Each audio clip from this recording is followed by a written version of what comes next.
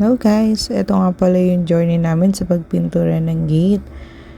And so nilinis muna namin para kumapit yung pintura. And then gumamit kami ng gloves kasi mainit sa balat yung primer. And bonding na rin namin to ni Daddy, and usually sa hapon namin to ginagawa. Hindi na mainit. And di ko na nga pala nilagyan ng music tong video kasi minsan nakaka-copyright lang kahit hindi mo naman alam kung saan ka nagkulang. And ayun nga si Jasmine, double lilit, kahit mainit, nandyan pa rin sa tabi ni Donnie.